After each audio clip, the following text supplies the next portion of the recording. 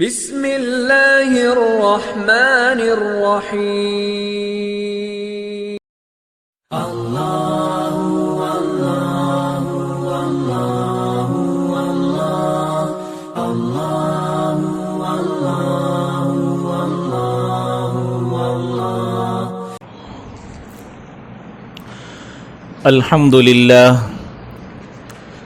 الحمد لله نحمده ونستعينه ونستغفره ونؤمن به ونتوكل عليه ونعوذ بالله من شرور أنفسنا ومن سيئات أعمالنا من يهده الله فلا مضل له ومن يضلله فلا هادي له ونشهد أن لا إله إلا الله وحده لا شريك له ونشهد أن سيدنا ومولانا محمدا عبده ورسوله صلى الله عليه وعلى آله وبارك وسلم تسليما كثيرا كثيرا أما بعد فأعوذ بالله من الشيطان الرجيم بسم الله الرحمن الرحيم وما خلقت الجن والإنس إلا ليعبدون وقال النبي صلى الله عليه وسلم سبعة يظلهم الله في ظله يوم لا ظل إلا ظله أو كما قال النبي عليه الصلاة والسلام رب اشرح لي صدري ويسر لي أمري واحلل عقدة من لساني يفقهوا قولي اللهم صل على سيدنا مولانا محمد في أول كلامنا اللهم صل على سيدنا مولانا محمد في أوسط كلامنا اللهم صل على سيدنا مولانا محمد في آخر كلامنا بلغ العلا بكماله كشف الدجى بجماله حسنت جميع خصاله صلوا عليه وآله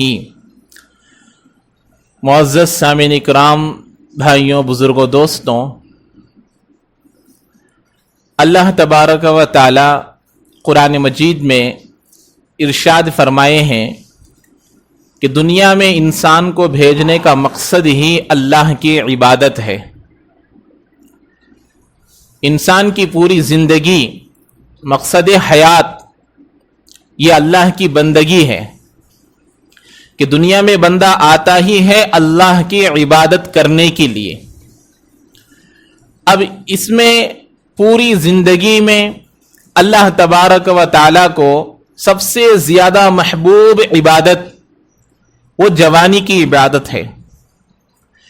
جوانی کی عبادت اللہ تبارک و تعالیٰ بہت پسند کرتے ہیں اور اللہ اس کو محبوب رکھتے ہیں، اور اللہ تبارک و تعالیٰ کو وہ مطلوب بھی ہے۔